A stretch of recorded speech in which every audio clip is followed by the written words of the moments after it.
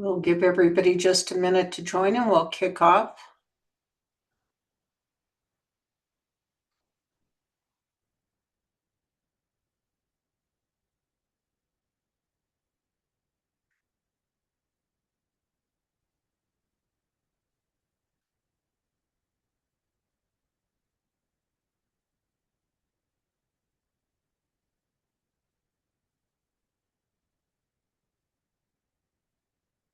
Right, it's 2:01. We have a very packed agenda today, so I'm going to go ahead and start.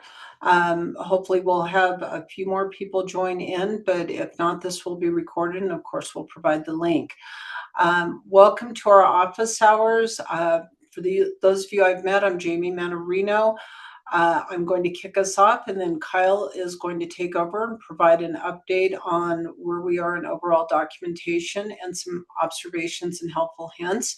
And then we're going to kick it off to our guest speakers today, Serena Brownlee and Chad Blackwell from our HDR Partners team.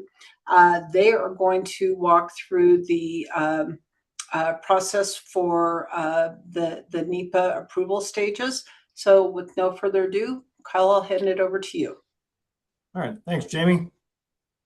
Chris, if you could go to the next slide, please.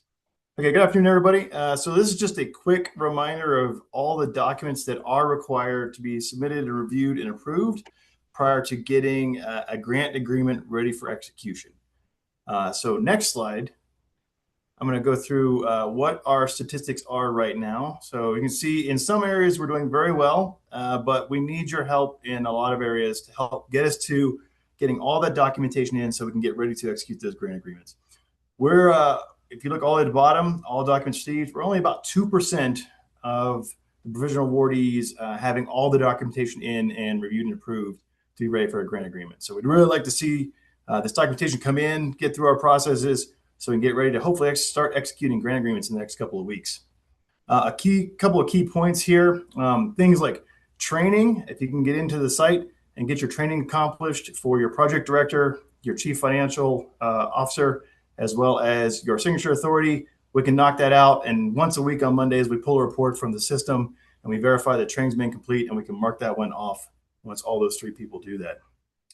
CDOT, we would just like documentation that you have communicated to CDOT. If you believe you have right-of-way requirements with CDOT, send a copy of that correspondence to myself or Jamie, your grant manager, and we will upload that as an artifact and mark that complete. If you do not have any CDOT right-of-way as part of your projects, please let us know that as well, and we will mark that as complete. Working through network designs, I'll go through a couple tips on the next slide. And then financial surety, we'll talk about that next slide as well. And then reviewed compliance is another fairly easy one that you can knock out. We just need you to review the compliance and reporting guidelines that are available on the CBO website and send your grant manager a note that says, I have reviewed those reporting guidelines, and we'll mark you as complete. Okay, next slide, please.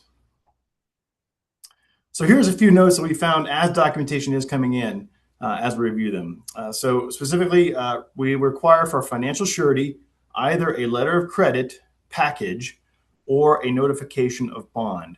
So either is acceptable, but we need to have either letter of credit, a digital copy of that we can upload as an artifact, or a notification that you intend to pursue a performance bond. For the letter of credit package, it must match the CBO template. We've seen a couple come in that don't have the verbiage that we have provided on our template on our website, so we need to get those corrected. So if you're going to submit a letter of credit package, please ensure that the language in that package matches our template. Those are very important kind of legal words that need to be in there. It also must contain the certification as well as the opinion letter to be complete. As the network design packages have come in, we have seen some things where we're going back to grantees to clarify a few things. So here are a few common things we've seen in the network design packages. The broadband service location attributes. We need to see which ones are passed or served. It is great to see the additional capacity they're going to build out that may be provided external to the grant agreement, but we need to have it clearly marked all of the BSLs on the designs and which ones are passed and which ones are served as part of that grant agreement. The number of BSLs must match the application. So if there's 353 locations on your award application, we expect to see 353 locations with the appropriate location IDs in the network design packages. Another common item we've seen is missing fiber attributes. So we need to be able to see the total amount of fiber mileage in the design, both underground and aerial. And that needs to, again, match the award application work description as well as the design narrative. If there are discrepancies between those things, we're going to come back to you and ask you to clarify, what has changed and what is the reason for that. And the last thing we'll have here is reviewing the compliance reporting guidelines. There is the link to the compliance reporting and monitoring guide. Please just review that guide and send a note to your grant manager that says you have reviewed the guidelines, and we'll mark that as complete. Thank you, Kyle. And we're now going to hand it over. I'd like to introduce, for those of you who have not met her, Serena Brownlee. She'll be walking us through the NEPA review process. Several of you are getting close to being able to enter that process. I know Serena will cover this, but please don't initiate these steps until you've been notified by your grant manager that you're ready to proceed. Serena, the floor is yours. Thank you, Jamie. Hi, everybody, again. So yeah, we're really excited that the NEPA guidance document is finally available, and we just want to take a few minutes to walk you through the step-by-step process for NEPA compliance. And everything we're going to be talking about is in the guidance document, all the links, all of the forms. So yeah, we'll go ahead and just get started on the next slide.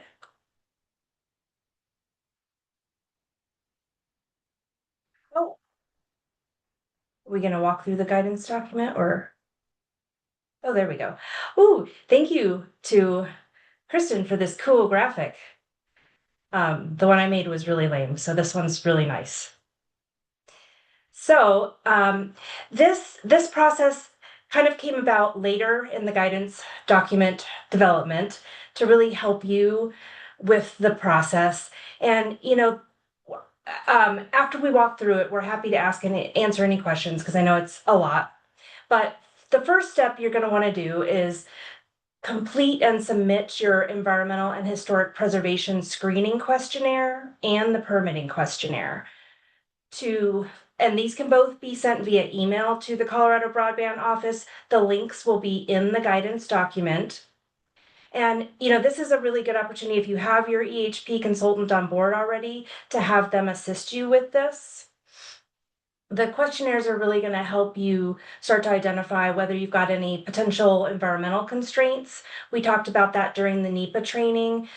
These are things such as, working in wetlands, working on, CDOT right away, impacts to historic resources, and the like. And it's also, the permitting questionnaire is going to help you identify if you've got any state or federal permits or any consultations that might impact your construction schedule. It's really good to know that early in the process. So once you've got that submitted, you're going to begin your internal environmental review. So as Jamie mentioned, you've got to have that approved design and project description. Or sorry, I think that was Kyle. And you want to get that to your environmental consultant right away so that they can begin their environmental desktop review. And in the guidance document, there are a variety of mapping and GIS data sources that are publicly available that you can use to start your desktop review. Now, for step 3, the SHPO file search, that does have to be done through a qualified archaeologist. So hopefully you've got your qualified archaeologist already on board at this point, and they can request a Class 1 file search through the Compass database, which is through the Colorado Office of Archaeology and Historic Preservation. And there's guidance on what kind of a buffer you should use around your project area in the guidance document, and you'll want to include that in your file search. And that will help you identify if there are any known historic or cultural resources within your study area. And if you're not sure, the Colorado SHPO does provide a list of qualified consultants and a bunch of resources for consultants, and that's all in the guidance document. So once you've got your file search results, you're going to actually send those to CBO's archaeologist, and that email is linked in the guidance document as well. And you do want to start this file search early because it can take sometimes 30 days to get your file search results. And we do ask that you bring those results to the kickoff meeting, which we'll be discussing next, so that we can go over them. Step 4 is going to be to get your NEPA meeting scheduled with CBO and HDR. So this can be done via a link that is going to be in the guidance document directly to the CBO calendar. That way you can request a date and a time that works best for you and your consultant. You'll want to have your consultant at that meeting. And there are some things that you want to prepare for that meeting. You'll want to have your project location, any kind of disturbance limits. You'll want that initial environmental desktop review results for us to review, including your area of potential effects for cultural and historic. We'll want to know if you've done any agency coordination or tribal coordination to date. We want to know what your construction methods are, aerial, underground, what time of year you're going to be constructing, and then any anticipated state or federal permits or local. And then at that initial NEPA review meeting, we're expecting you to kind of present all of this information to us so that we can provide input on all of your resources. So we'll help you identify, if there's any potential impacts based on your environmental desktop review, and then we'll discuss the extraordinary circumstances that you may have as part of your project. This was, yeah, I already mentioned that. We discussed that during the NEPA training, what those extraordinary circumstances are, but they're defined in the guidance document as well.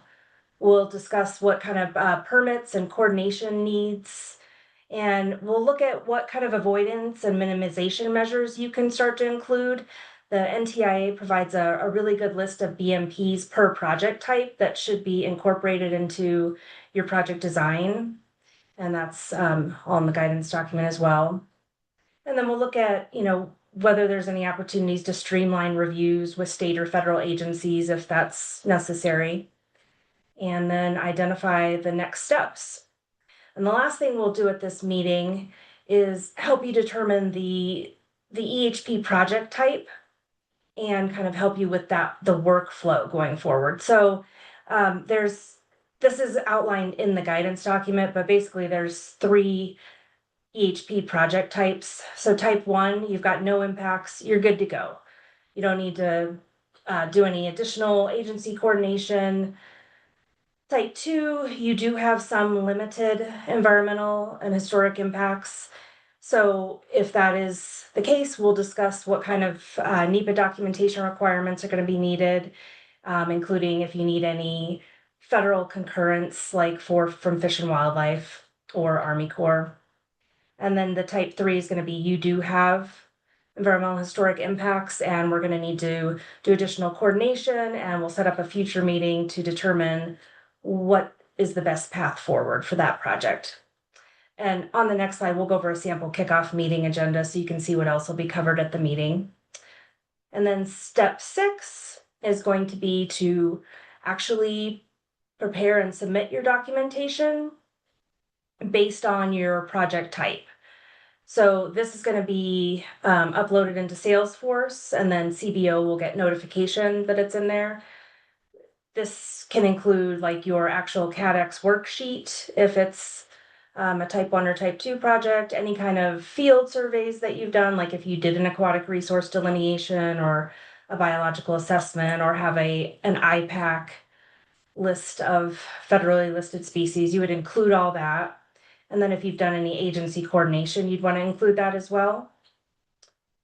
And then step 7, CBO and HDR will review all of your NEPA documentation and attachments for completeness and to make sure that they meet the compliance requirements, and then that will be uploaded and submitted to the NTIA. If If for some reason revisions are required, CBO will coordinate that directly with you to make those revisions. And then the last step is your NEPA clearance. So the CBO will reach out to you with that NEPA decision document, and that will be your notice to proceed. As we've mentioned before, no ground disturbance can occur until you get that NEPA approval, and you do have to have that written authorization through the CBO. And next slide.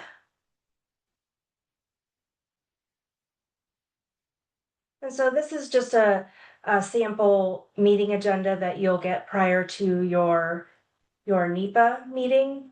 So some of the things we want you to make sure you have at the meeting, it'd be really great if you can put together a little presentation with just, some of your project area figures, a brief project description, come prepared to talk about whether or not you need any right-of-ways through CDOT or local right-of-ways, what your construction methods are going to be, the permits, and all those other details that you will have gathered at this point. And then that's where we'll be talking about the project type, whether it's a CAD-X or an EA. As we've discussed, most of them are going to be CAD-X's. And then we'll talk about whether or not any additional field work or data needs to be gathered and help you with the next steps for your project based on your project type. And that's all I've got on that. And Chad and I are happy to answer any questions you've got on the process. Serena, I know this is in the documentation, but as we're setting up those kickoff meetings, who are the people we want to make sure included? Because they don't want just the project team, they're going to want their consultants as well, correct? They're consultants, and thank you for bringing that up. You just reminded me. If you do know you are going to need any state or federal permits, we may want to include them at the kickoff meeting. So, for example, if you know you're going to impact waters of the US or state waters, we may want to include the Army Corps or the Colorado Department of Public Health and Environment in that initial kickoff meeting just to get their assurance on our approach for permitting. Excellent. We have the link to the document. So right now we have identified three of our grantees who've completed their early paperwork. Kyle and I reached out to them and asked if they would participate in a review of this process. So they'll be our early testers and adopters. So if we find anything helpful or missing, we'll certainly come back and circle with the team. And that was all I had on my notes. So now we can open it up for questions.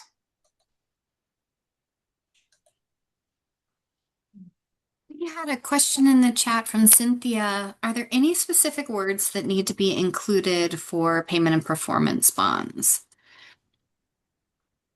And Cynthia, Judd answered your question. I think what you're asking is there a template for the payment and performance bonds? And yes, if you go to the grant agreement template on our website, the bond templates are in there.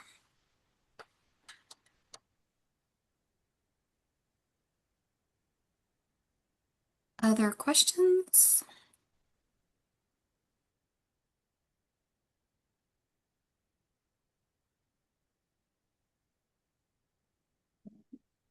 I do not want to hold a captive audience. We did want to get the NEPA information out to you as soon as possible. We will continue to provide updates in the upcoming meetings on how that's going, any lessons learned. Any last minute questions, or would everybody enjoy a little bit of extra time back?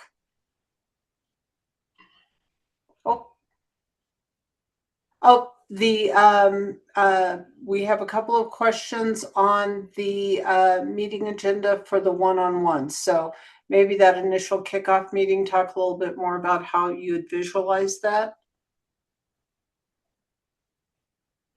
And I'm sorry, that was for Serena. Yeah, sure.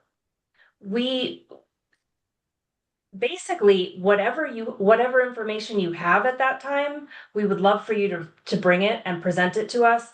You can provide it ahead of time as well. Like, so if you have your files, your SHPO file search results, you can actually provide that to the qualified archaeologist ahead of time. It can, because it's sensitive data, it can only go to the HDR qualified biologist that is referenced in the guidance document, his email. So just make sure you don't share that with anyone else. And yeah, we anticipate that the meetings will be about an hour.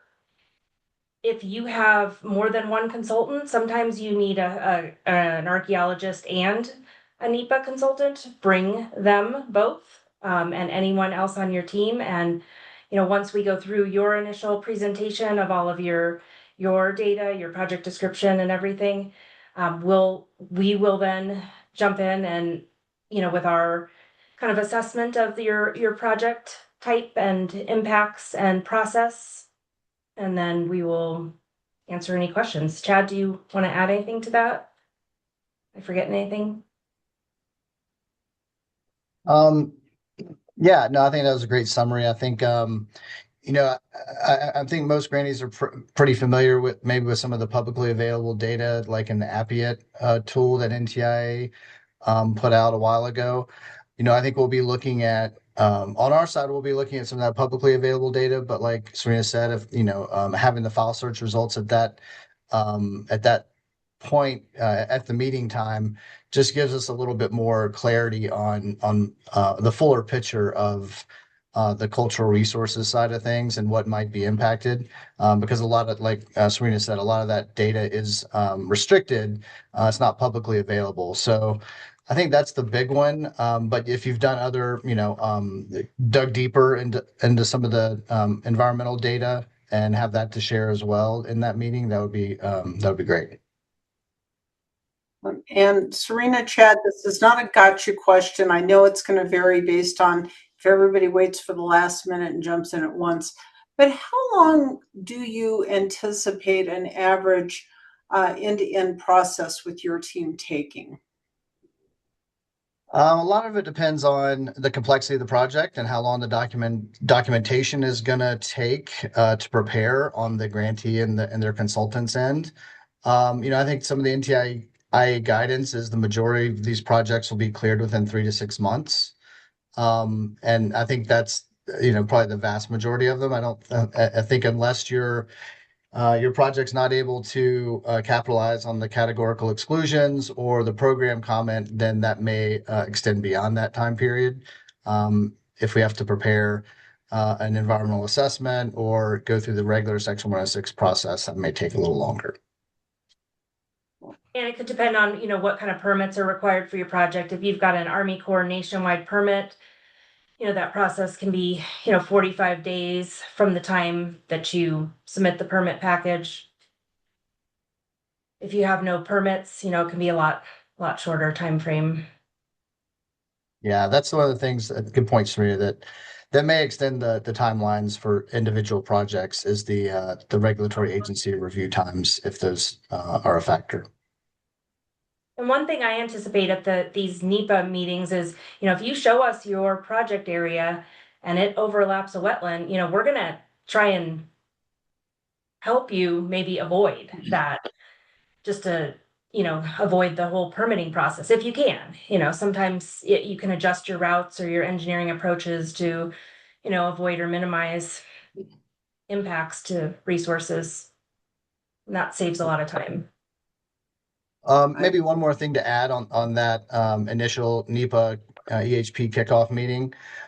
So all of the BEAD projects are going to be identified as a one-to-one for a NEPA project area. So your area that we're going to look at for NEPA is going to be the same as your BEAD project, the extent of your BEAD project.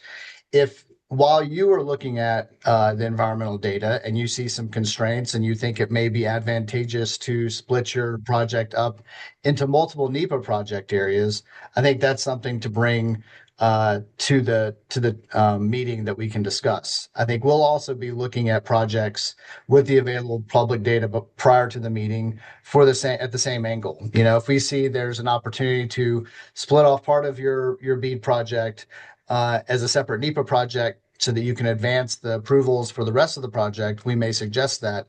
But ultimately, you know, I think that would just be a recommendation or a suggestion on our part, because you know better the technical constraints of your project, and if carving it up into different NEPA project areas makes sense or not. So that'll be another topic of discussion for that initial meeting. Excellent. Thank you so much. And I want to thank you both for presenting. I know we're going to have lots of questions for you guys coming up in the upcoming weeks, so we'll certainly make sure we pull that in. For upcoming webinars, as we're going through all of the deliverables starting to get completed, we will probably see more of a switch to agreement, formalizing the grant agreements, more of the financials, and just making sure that the deliverables are moving forward. And I'm sure there'll be unique topics associated with those. Kyle and I are both fairly new, so I don't know if Michael or John or someone who's been through a few of those cycles would like to elaborate, but that's what I would envision the upcoming meetings to be focused on.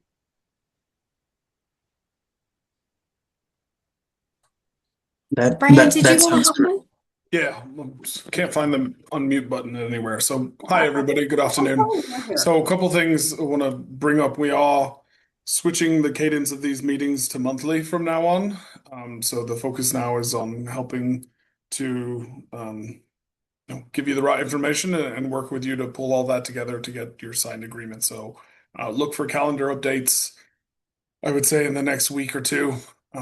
With the change of the cadence of these. So again, if you have questions, you know, we have a general inbox that you can reach out to, and then the manager of that box will get it out to us and we'll get back to you as soon as we can. But yeah, from now on, we'll be moving to monthly. And I did want to add one thing, if it's appropriate. It's very sad news to hear, unfortunately, but our dear colleague Michael is going on a new adventure of retirement and actually not sitting around with us all day. So he's very lucky.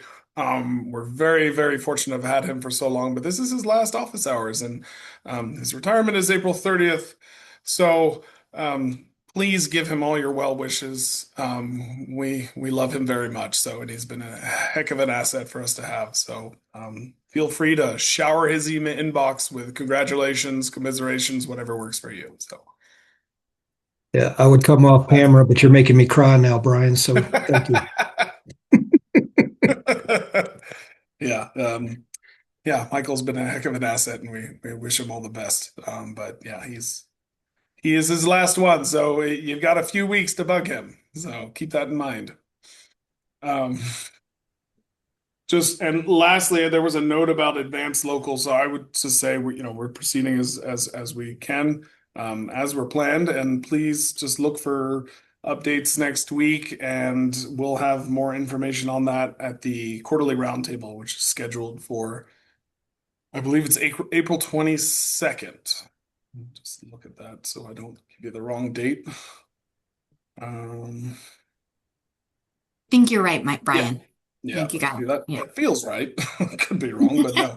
Keep an eye on your emails. Keep an eye on your emails for additional information. Yes, exactly. Yeah, otherwise I'll pass it back to Jamie and Kyle or anyone else who wants to chime in. Michael probably should give a speech, I think. So you don't have to, Michael. I didn't prepare one today, so catch me on the next office hours. Michael. I have to tell you, we liked Allie's retention plan better than anybody else's for Michael, but so far we haven't gotten legal or HR sign off on it. So more to come. Kyle and I are trying to reach out to everybody at least once a week, even though we're not having office hours now that we're getting down to the nitty-gritty details. Don't hesitate to ask for a call to review your specific questions and documentation if we don't have something formal on the calendar already. So When you get those emails, just let us know if you want to set up time to chat or if you're having any issues, and we'll do our best to get specific answers for you, but continue to update our FAQs for our larger audience. Hey, Jamie, I just want to answer a question. There was a question in the chat. What is the deadline for grantees to submit all required information on the onboarding checklist?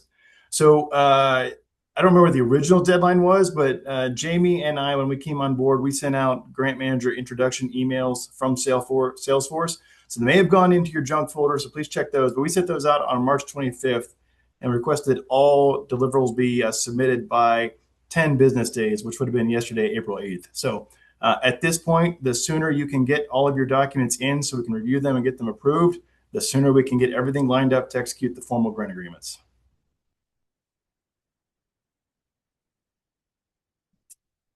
And it looks like there was another question that came in. Did you guys say contracting is still probably 1 to 2 weeks out to start the process? Maybe Brian or Alec can answer that, but I think the answer is yes. Yeah, David, just to clarify, yeah, you'll probably start seeing, for those of you that have all your information in it, it's all right. We're so thankful for you. You guys should start seeing your grant agreements in the next 1 to 2 weeks. So we're really excited about that. So,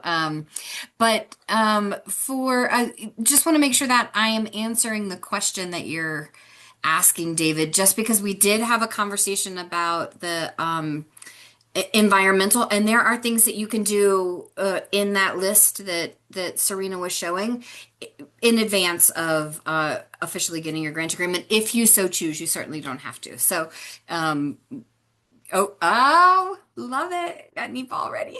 Great. So, David, once you get the go ahead that your network design has been reviewed and approved by our team, then you'll be able to, you'll get an email either from Kyle or Jamie, whoever your grant manager is, and they'll give you the go ahead to start doing some more of that EHP work. So, requesting that SHPO file review and your internal review. And once you've requested that SHPO file review, we can schedule that meeting for you. So that is really exciting to hear. Thank you. Yes, 1 to 2 weeks. That's their answer. 1 to 2 weeks. If you have everything in and it's all been approved and we're not still curing your items.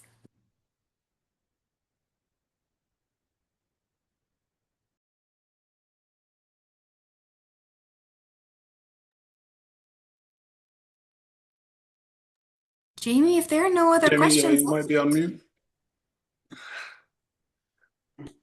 Gonna have to start that jar for me to put $1 in anytime I do that.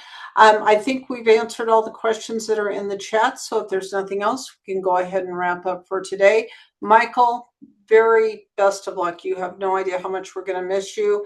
And Serena and Chad, thank you so much for coming on and starting the process for us today. Have a great day, all. Thanks, everybody. Bye.